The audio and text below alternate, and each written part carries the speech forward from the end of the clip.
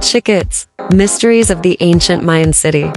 Nestled in Mexico's Yucatan Peninsula stands Chichén, one of the most fascinating ruins of the ancient Mayan civilization. This expansive site draws over 2 million visitors each year, who come to marvel at its immense step pyramids, imposing temples, and advanced architectural feats. But beyond its structure's grandeur, Chichén holds intriguing secrets about the people who built this city and the mysteries surrounding its eventual demise. The origins of a cosmopolitan city. While a Mayan city stood here as early as the 6th century CE, the golden age of Chichén occurred between approximately 800 and 1200 CE. In an unlikely turn of events, Mayan exile warriors from the south settled here alongside groups of Toltecs, migrants from central Mexico, influenced by the large city of Teotihuacan. Blending central Mexican and Mayan cultures, they transformed Chichén into an important economic and political capital. The city grew over 2 square miles with a population estimated between 300,005,000 in its heyday. Sophisticated water management, productive agricultural fields, active trade, and skilled artisans turned it into a thriving cosmopolitan center. The rulers and elite of Chichén also made it a center for religion and rituals. Impressive temples dedicated to their gods border the Great Ball Court and dot the site's interior. Astronomical features throughout the area reflect advanced understanding of the seasons, agriculture, and cosmos. As a pilgrimage destination for Maya and non-Maya alike, the city boasted immense power and influence in its time. The cryptic decline of a regional capital after 2 centuries of prosperity, building at Chichén, suddenly ceased in the early 13th century. Within only a few decades, this once vibrant city stood abandoned for mysterious reasons. There is no definitive evidence of war, famine, disease, foreign invasion, or natural disasters afflicting the population. The rapid exit of possibly tens of thousands of Maya from their spectacular capital hints at other factors driving this cryptic exodus. Some researchers theorize growing tensions with shifting political tides or loss of key trade partners may have undermined Chichén's regional authority. As the site's strategic relevance faded, the justification for maintaining its grandiose buildings disappeared. Other experts propose climate shifts disrupted agricultural outputs, spurring people to seek more arable lands. But the question remains, should we not simply relocate elsewhere, nearby, rather than vanishing entirely? The answer may lie with the Maya practice of tying royal dynasties to specific sites as their seats of power. Once the ruling line of Chichén faltered for any reason, its patronage system would dissolve. The city's purpose being lost, abandonment became inevitable. El Castillo's perplexing astronomical alignments. Towering above the ruins of Chichén, at over 75 feet tall, stands the pyramid known as El Castillo, or the castle. Its striking step terrace sides culminate in a temple structure at top, housing sculptures of the feathered serpent god Kukulkan. Being the city's prominent centerpiece, El Castillo's architectural alignments suggest it served as an advanced solar and cosmic calendar. What confounds modern astronomers is that several of these alignments point not to solar events, but to those relating to the planet Venus instead. Each spring and fall equinox, shadows on El Castillo's northern balustrade create the visual descent of a serpentine-formed Kukulkan slithering back to Earth. Further observations show that on dates significant to Venus, other light and shadow renderings appear on or around the pyramid. But why would the Maya incorporate Venus alignments versus solar ones into their main public monument? Some indications note they tracked Venus to synchronize their multiple competing calendars. Others posit they associated their legendary winged god Kukulkan with Venus due to its bright presence in the night sky. Creating a Venus temple suggests El Castillo linked the ruler cult with their divine right to power. Sacrifices to appease the rain god Chak. Carved embellishments around Chichén point to a multifaceted religion where numerous nature deities regulated various aspects of life. But chief among these stood Chak, the volatile god, wielding storm and lightning bolts while bringing the all-important seasonal rains. Given the Maya's dependence on agriculture, keeping Chak appeased through rituals for adequate rainfall took paramount importance. The most shocking evidence lies below El Castillo, where early 20th century excavations revealed a deep cenote sinkhole filled with offerings to this rain god. Tied to the water table, cenotes held spiritual significance plus practical value in this arid northern Yukon region. Throughout Maya history, dropped offerings to Chak and other water-associated deities were common. But instead of precious jade, copper bells, and resin incense, this cenote contained the bones of human sacrificial victims, mostly young adult males, thrown in alive. All told, remains of at least several dozen people, along with bones from panthers, eagles, and other animals, were uncovered in these wells. Why would the Maya resort to their most valuable offering, human blood, to satiate the gods? Some posit the sacrifice numbers increased as environmental pressures like droughts mounted. Others argue political tensions or military losses might necessitate such desperate measures to retain divine legitimacy. And though macabre to modern sensibilities, sacrificial rituals played a normalized role in Maya religion.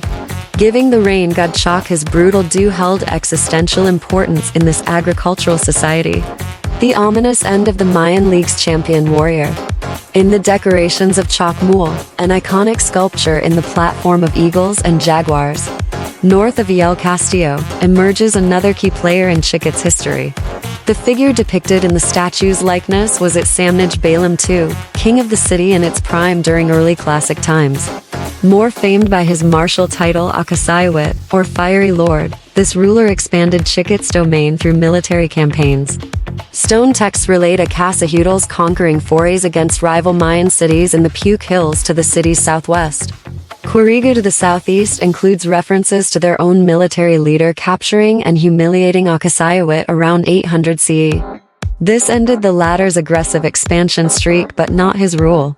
Chikit's defeated king lived possibly into the 850 CE, based on future texts bearing his name. This begs the question, how did Akasayawit meet his ultimate demise? Carvings in the warrior king's namesake Chakmul statue cryptically depict his sitting with bowed head wearing a decorated animal headdress. A warrior stands over him, bearing a feathered shield and serpentine weapon, as if vanquishing a defeated foe. Does this portray the once fierce ruler succumbing to a rival and losing his life? Experts debate whether Akasayawit could have been overthrown by a military coup or internal nobles unhappy with costly conquests post-Quirigu. Perhaps the Puke states allied to defeat Chikit's humbled champion in retaliation for prior losses. We may never fully understand the event's ending, Kasahudal's reign. But the message conveyed about divine rulership's fragility marked a turning point for the ancient city's trajectory. Enduring mysteries below ground at Balankanch Cave. While Chikit's stone monuments offer visual insight into Maya history, Balankanch Cave, lying 2.5 miles east, provides a tactile experience of their rituals. Known as Throne of the Jaguar Priest for an effigy found inside. The cave's narrow passages wind underground for over a mile from the massive mouth entrance. The cool, quiet atmosphere contrasts the sunny, buzzing exterior world. Early discoveries of burnt incense and offerings hinted at ceremonial usage of Balankanch, but its extent remained unknown until modern explorations. Led by archaeological enthusiasts in the late 1950s, excavations uncovered over 24 divine figurines interred in ritual purpose. The quantity suggested a significant site for localized pilgrimage activity, affirming Balankanch as perhaps second in sacred importance only to main temple structures. But further probing revealed the cave's use as a sanctuary for prophecy and magic. Mural fragments depicted rituals with leading shaman figures consulting the spiritual realm or transforming into animal aspects. Stalagmites arising from the floor were broken open to reveal sacrificed humans stuffed inside. Further evidence of the site's religious gravity during Maya times before abandonment circa 1000 CE. What else lies buried in Balankanch subterranean tunnels? Recent technology like LiDAR scanning reveals the likelihood of more artifacts and even chambers waiting within its humid darkness. Such potential discoveries may further illuminate how the ancient Maya viewed the symbolic transition of humans into the primordial world. The opportunity calls for intrepid explorers willing to uncover Balankanch's enduring mysteries. Sacred cenote of doom for ritual child sacrifices. Skirting the southern edge of Chikit's ceremonial district rests an unassuming-looking pool called the Sacred Cenote, sunk into limestone ground. But unlike modern wishing wells, this 50-foot deep sinkhole served as a place of somber religious purpose during Maya times. Offerings of all kinds were cast into its dark waters, but also retrieved for ceremonies like the critical periods of prolonged drought.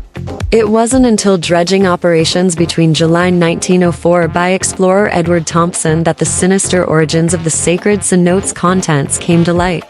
Mixed among copious golden artifacts were found the bones of numerous humans long ago, tossed to reside at this sacrificial site for Chichén water gods. The recovered skeletons spanned children, adolescents, and adults of both sexes killed throughout the city's occupation. But most shocking was the sheer quantity of subadult remains, making up over half those found. Healthy children, ranging from infants to teens, were seemingly prime candidates for dispatch into the cenote rather than prisoners or the infirm. Left unanswered was what guilty need justified child massacre on this scale. And how could a people so advanced in other respects rationalize such brutal piety? While scholarly debate continues over interpreting the skeletal evidence, it clearly demonstrates the dread instilled by Chichén's religion. Whether ending drought, aiding seasonal transitions, or upholding political legitimacy, the water gods warranted their bounty of innocent blood from even the young. For all its artistic wonders, underneath Chichén's grandeur lurked a current of fear and death as the ever-hungry gods do. Enduring enigma of the reclining Chakmul statues.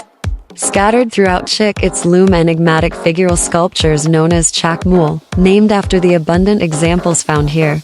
Carved from stone, these statues depict male figures half reclining backwards on block thrones. Flat dishes rest on their midsections, often with heads turned watchfully to one side. Though without certainty, they are believed to represent intermediaries or messengers between humanity's requests and the godly realm. By posture and attributes, Chakmuls suggest figures facilitating sacrificial offerings during rituals. The slab atop their bodies would serve for placement of food. Flowers, incense, libations, bloodlettings, or perhaps sacrificial hearts during rites of appeal to the gods. Why might priests or nobility wish to funnel their petitions physically through these symbolic beings? Some hint lies with the figure's watchful expressions, implying receptiveness to human petitioners nearby. Chakmuls may have allowed ancient Maya worshippers a more embodied experiential conduit for offering precious sacrifices or uttering desperate prayers. By mimicking reclining body postures alongside them, ritual practitioners would feel immersed alongside their supernatural facilitators. But without their original cultural context, modern visitors are left to speculate on Chakmul's exact purpose, aside from apparent religious gravity. Were they purely symbolic shamanic manifestations, or considered literal living vessels channeling material offerings to sustain needy gods? Much about these ambiguous sculptures refuses to give up its meaning over time. Tantalizing glimpses within El Caracol's astronomical observatory. Named the Snail for its winding interior staircase, the stone tower known as El Caracol stands apart from other buildings at Chichén. Built before 1000 CE, its circular design aligns not to the site's north-south axis, but is curiously offset to the southwest. Small slit windows penetrate its upper walls on all sides save one strangely blank eastern face. Despite some looting damage, no iconography depicting the feathered serpent or rain deities exists among El Caracol's bare chambers. These eccentric features actually reflect the structure's intended function as an observatory for marking celestial events. The slit windows align views of astronomical bodies like the Sun, Moon, Venus, and certain stars. Aetl or Mixcoatl, the god of the Milky Way, adorns the one surviving mural, affirming this space's cosmologic role. Even the name El Caracol connects to spiral galactic shapes important in Maya mythology. Yet major questions remain over how much ancient stargazing knowledge the building's occupation can reveal today. When original investigator Aveni studied alignments here in the 1970s, limited visibility and access prevented full insights. But 1996 hurricanes exposed a tantalizing vaulted room hidden beneath the tower's western side, unseen since original Maya times. What revelations, like a codex to the starry prophecies made here, might this ray-found buried chamber divulge? Modern archaeologists await Mexican authorities' approval to excavate El Caracol's subway room and uncover its enduring astronomical secrets. Will they find answers to the outbuilding observatory's offset orientation, or if signs and portents interpreted here might explain the abandonment of Great Chichén itself?